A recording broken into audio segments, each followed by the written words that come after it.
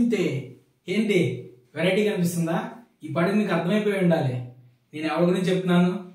So ఈరోజు మనం number 4 సిరీస్కి సంబంధించి ప్రతి నెలలోనూ కూడా ఏ నెలలో అయినా సరే 4వ తారీఖు, 13వ తారీఖు, 22వ తారీఖు, 31వ తారీఖు పుట్టిన వాళ్ళ యొక్క లవ్ లైఫ్ గురించి మాట్లాడుతున్నాను. హాయ్ హలో ఫ్రెండ్స్, నేను మీ Vivek Chandra, astronumerologist in advanced 14 dimensions and ప్రొనాలజిస్ట్.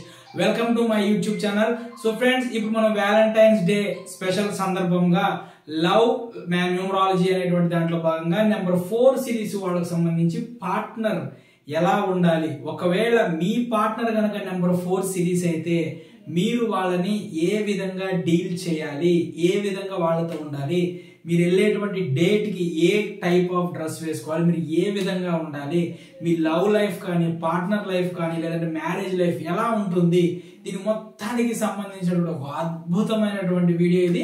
So మీ కింద కామెంట్ బాక్స్లో మీ పార్ట్నర్ ఏ డేట్ ఆఫ్ బర్త్ అనేటువంటి కింద మెన్షన్ చేయడం మర్చిపోవద్దు. సో ఇది చేస్తున్నాను కాబట్టి వీడియోకి మరి ఒక చిన్న లైక్, మరి వీడియో చిన్న షేర్ మరి కావాలి కదా. సో ఇక ఎందుకు ఆలస్యం, మన వీడియోలోకి వెళ్ళిపోదాం.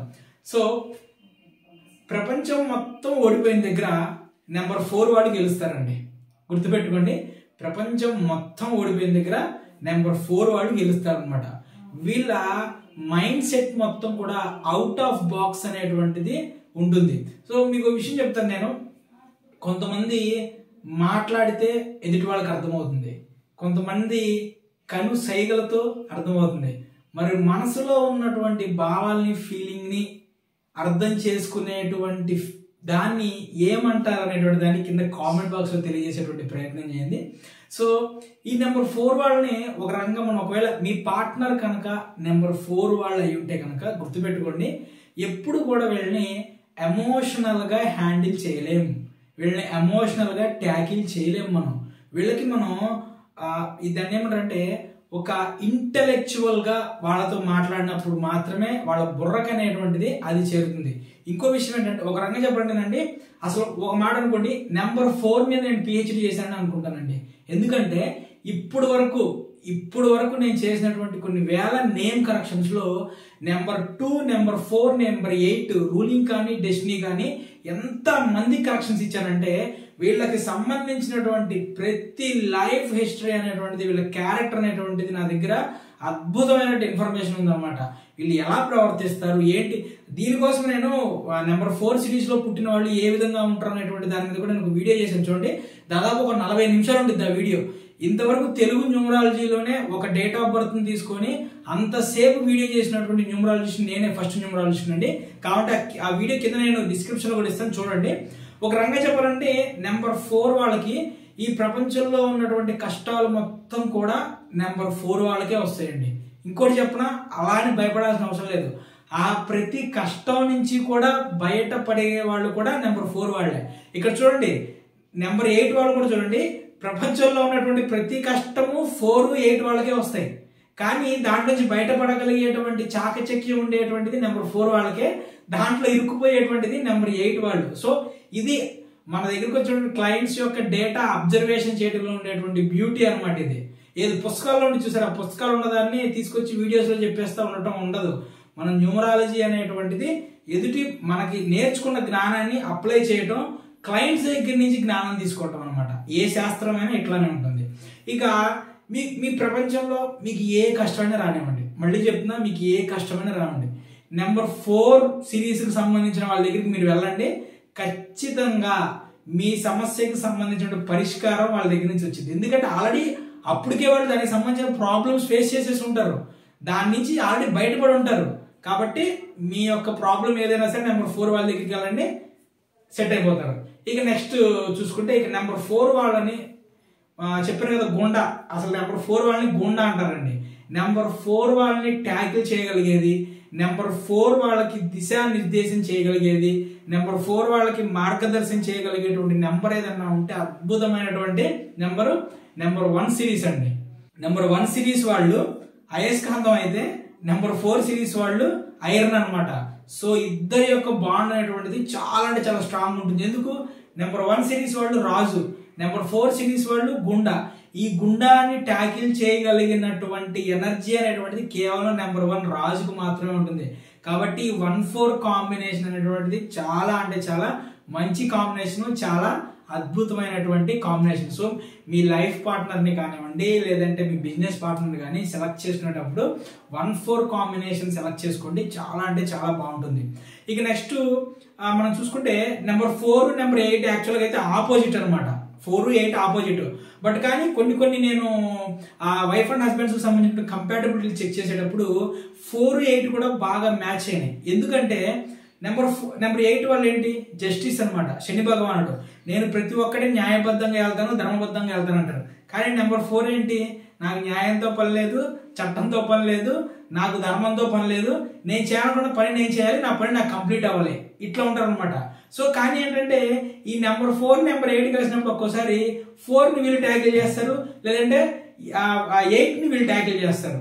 ఈ 4 వాళ్ళకి ఒక ఫీలింగ్ ఏవైతే ఉంటుందంటే, ఈ ప్రపంచంలో ఉన్న కష్టాలు మొత్తం వీళ్ళిద్దరికే వస్తాయిగా, 4, 8 వాళ్ళకి వస్తాయిగా, నా కష్టాలు మొత్తం 8 వాళ్ళే హ్యాండిల్ చేయగలుగుతారు అనేటువంటి ఒక సానుభూతి వీళ్ళకి ఉంటుంది. అందుకని 4, 8 కాంబినేషన్ కూడా బాగానే ఉంటుంది.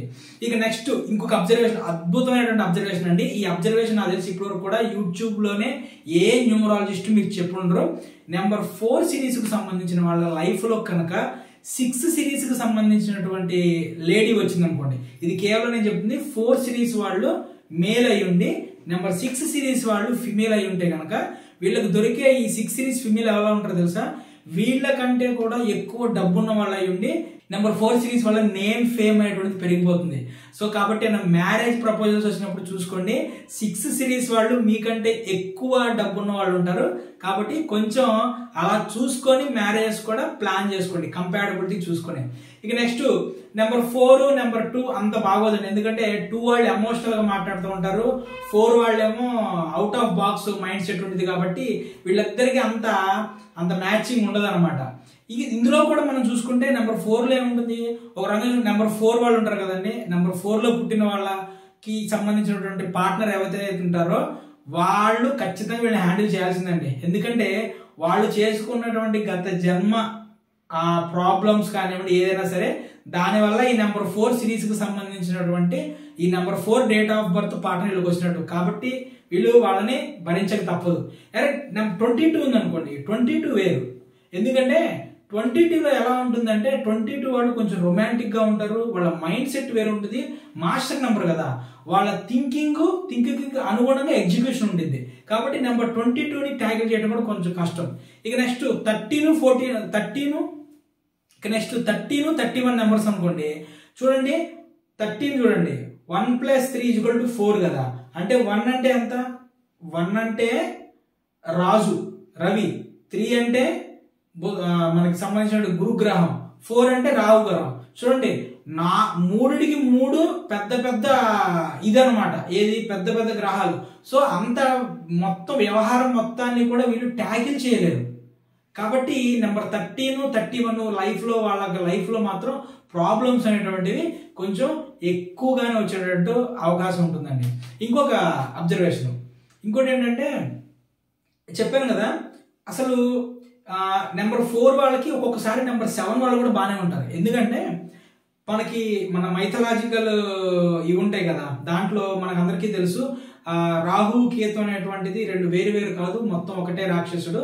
అయితే అమృతాన్ని చిలికించినప్పుడు ఏదైతే ఆ అమృతం తాగేటప్పుడు దాక్కొని దేవతా రూపం వేసుకొని వెళ్ళారు. సో తలకాయ శిరస్సు ఖండించినప్పుడు రాహు వేరయ్యాడు, నెక్స్ట్ వచ్చేసి కేతు వేరయ్యాడు చెప్తారు కదా. సో ఈ రాహు కేతువు కలిసినప్పుడు ఒక పూర్ణమైనటువంటి వ్యక్తి వస్తాడు. కాబట్టి 4-7 కాంబినేషన్ కూడా బాగానే ఉంటుంది అంటారండి. సో ఇదనమాట వీళ్ళకి సంబంధించినటువంటి ఇది. సో వీళ్ళకి డేట్కి వెళ్ళినప్పుడు కూడా ఏంటంటే 22 నెంబర్ వాళ్ళు అయితే కొంచెం రొమాంటిక్ ఉంటారు, కానీ మిగతా వాళ్ళతో కొంచెం ట్యాకిల్ చేయడం అనేటువంటిది కొంచెం ఇబ్బంది కూడినటువంటి వాతావరణం అండి. ఇక మీరు కనుక డేట్కి వెళ్ళాలన్నా, లేదంటే ఏదైనా ఒక ముఖ్యమైనటువంటి పనిలోకి వెళ్ళాలన్నా సరే కలర్ అనేటువంటిది ఇంపార్టెంట్ కదా. సో అటువంటిప్పుడు మీరు ఏం చేయాలంటే లైట్ బ్లూ, అలానే లైట్ బ్లూ స్ట్రిప్స్ కానివ్వండి, లేదంటే గోల్డెన్ కలర్ కానివ్వండి, లైట్ ఎల్లో కలర్, మీకు కలర్స్ అనేటువంటి చాలా బాగుంటాయి. ఇక బ్లాక్ కలర్ అండి, బ్లాక్ కలర్ మాత్రం మీరు ఖచ్చితంగా అవాయిడ్ చేయండి. సో మీకు ఆదివారం బాగుంటుంది, నెక్స్ట్ శుక్రవారం బాగుంటుంది. మీరు అవాయిడ్ చేయాల్సినటువంటి డేస్ ఏమైనా ఉన్నాయంటే సోమవారం ఒకటి, మంగళవారం ఒకటి, ఈ 2 డేస్ కూడా మీరు అవాయిడ్ చేయగలిగితే మీ డేట్ అనేటువంటిది చాలా అంటే చాలా అద్భుతంగా ఉంటుంది. సో ఇక ఇప్పుడు మెయిన్ ట్విస్ట్ అనమాట. మీరు కనుక ఫస్ట్ డేట్కి వెళ్తున్నారు అనుకోండి, సో ఫస్ట్ డేట్కి మీరు వెళ్తున్నప్పుడు మీకు ఇప్పుడు ఆ వీడియో చూస్తున్న మీకు డేట్ అనేటువంటిది ఎలా ఉండబోతుంది అనేటువంటిది మన మిస్టిక్ కార్డ్స్ ద్వారా, మన సైకిక్ కార్డ్స్ ద్వారా మన ఇది ఏ విధంగా వస్తుంది అని మీ తరపున నేను చెప్తాను. మిస్టిక్ సైకిక్ కార్డ్ ఏ వచ్చింది? సైకిక్ కార్డ్ 5 వచ్చిందండి. చూడండి, కార్డ్ని ఫర్హా కార్డ్ అంటారు. నెంబర్ 5 కార్డు చాలా అంటే చాలా బ్యాలెన్స్డ్గా ఉంటారు. మీ ఫస్ట్ డేట్కి మీరు వెళ్ళేటప్పుడు చాలా బ్యాలెన్స్డ్గా ఉంటారు, చాలా బ్లెస్డ్గా ఉంటారు, చాలా ఎక్సలెంట్గా ఉంటుంది. మీ డేట్ అనేటువంటిది ఖచ్చితంగా కూడా సక్సెస్ఫుల్ అయ్యి తీరుతుంది. సో కాకపోతే కొంచెం జాగ్రత్తగా బ్యాలెన్స్డ్గా మీరు మాట్లాడి, నేను చెప్పినటువంటి కలర్కి సంబంధించిన డ్రెస్ వేసుకోవటం, నేను చెప్పినటువంటి వీక్స్ అవాయిడ్ చేయగలిగితే మీకు సంబంధించినటువంటి ఫస్ట్ డేట్ అనేటువంటిది చాలా బాగుంటుంది. హాయ్ అయితే ఇక హ్యాపీ కదా. సో ఫ్రెండ్స్, ఇది నెంబర్ 4 సిరీస్ సంబంధించినటువంటి వాళ్ళ యొక్క లవ్ లైఫ్, పార్ట్నర్స్ తో ఎలా ఉండాలి, పార్ట్నర్ తో ఏ విధంగా ఉండాలి అనేటువంటిది. సో ఈ వీడియో మీరు లైక్ చేసి షేర్ చేసినందుకు నా హృదయపూర్వక కృతజ్ఞతలు. Thank you. ఈ వీడియో మీకు నచ్చింది అనుకుంటున్నాను. ఇక నెక్స్ట్ వీడియోలో నెక్స్ట్ సిరీస్ గురించి మనం మాట్లాడుకుందాం. Thank you.